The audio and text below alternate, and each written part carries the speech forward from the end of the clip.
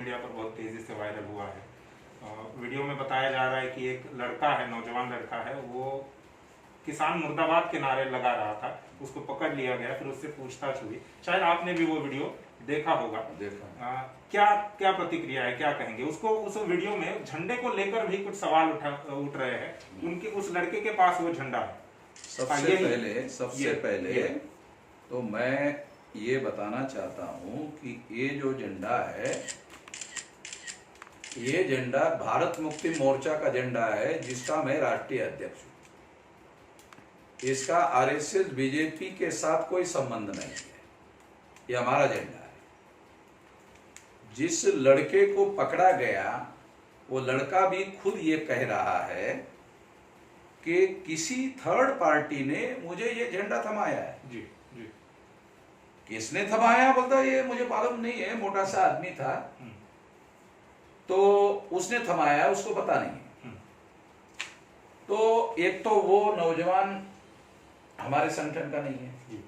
दूसरा, हो सकता है कि उसने नरेंद्र मोदी मुर्दाबाद कहा हो जी, वो ऐसे बोल या हो सकता है जैसे दूसरे लोग कह रहे हैं कि नहीं नहीं, इसने नरेंद्र मोदी मुर्दाबाद नहीं कहा, इसने किसान मुर्दाबाद कहा। ऐसा कुछ लोग कह रहे हैं जो मैंने सुना जी। और झंडा हमारा दिखा रहे हैं, तो इसका मतलब ये है कि ये एक बहुत बड़े साजिश और प्लानिंग का हिस्सा है। इस साजिश और प्लानिंग का क्या मामला हो सकता है? इसमें दो संगठन के लोग कार्यरत हो सकते हैं। एक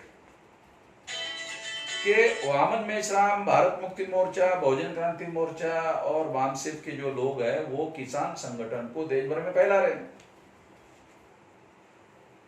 और योगेंद्र यादव जी उसमें लीडिंग रोल में है, ये हमारे परम मित्रों में से है। ये भी लोगों को मालूम है, हम उनका समर्थन कर रहे हैं, किसानों का संगठन का हम समर्थन कर रहे हैं। हमारा एक मौलिक सिद्धांत ये है कि जिनके ऊपर भी अन्याय होता है उनको हम मजलूम मानते हैं। तो मजलूमों के साथ अन्याय किया जा रहा है तो हम मजलूमों के समर्थन में खड़े हैं। इसके लिए ये संगठन काम कर रहा है, भारत मुक्ति मोर्चा, जिसका ये झंडा है। तो कुछ लोग जो है बीजेपी के हो सकते हैं ये साजिश के पीछे, आरएसएस के लोग हो सकते हैं। मुझे ये भी जानकारी मिली कि ओडिशा की जो कांग्रेस की युवा शाखा है, उनके फेसबुक पेज पर वो बार बार जो है उसको रिपीटेडली दिखा रहे हैं। तो वो ऐसा क्यों दिखा रहे हैं कांग्रेस वाले? क्योंकि कांग्रेस वालों को भी ऐसे लगता है कहीं वामन मेश्राम का और किसान संगठन के लोगों का आपस में भाईचारा दृढ़ ना हो। इस आंदोलन को अगर देश भर में फैलाने के लिए वामन मेश्राम की मदद हो गई तो किसान संगठनों के साथ उनका भाईचारा मजबूत हो जाएगा। भविष्य में भी ये आंदोलन के लिए खतरा पैदा होगा। इसलिए कांग्रेस के लोग भी ये शैतानी कर सकते हैं। एक वजह ये है कि कांग्रेस के लोग इसलिए भी मेरे ऊपर नाराज है कि मैंने ईवीएम के घोटाले में कांग्रेस किस तरह से शामिल है उसके सारे डॉक्यूमेंट्री एविडेंस सारे देश भर को मैंने बताया। आज जो बीजेपी को ईवीएम का फायदा हो रहा है वो कांग्रेस की वजह से हो रहा है। कांग्रेस इस सारी शैतानी के मूल में है और उसके सारे डॉक्यूमेंट्री एविडेंस मैंने पहले बताया और मेरे पास अभी भी है।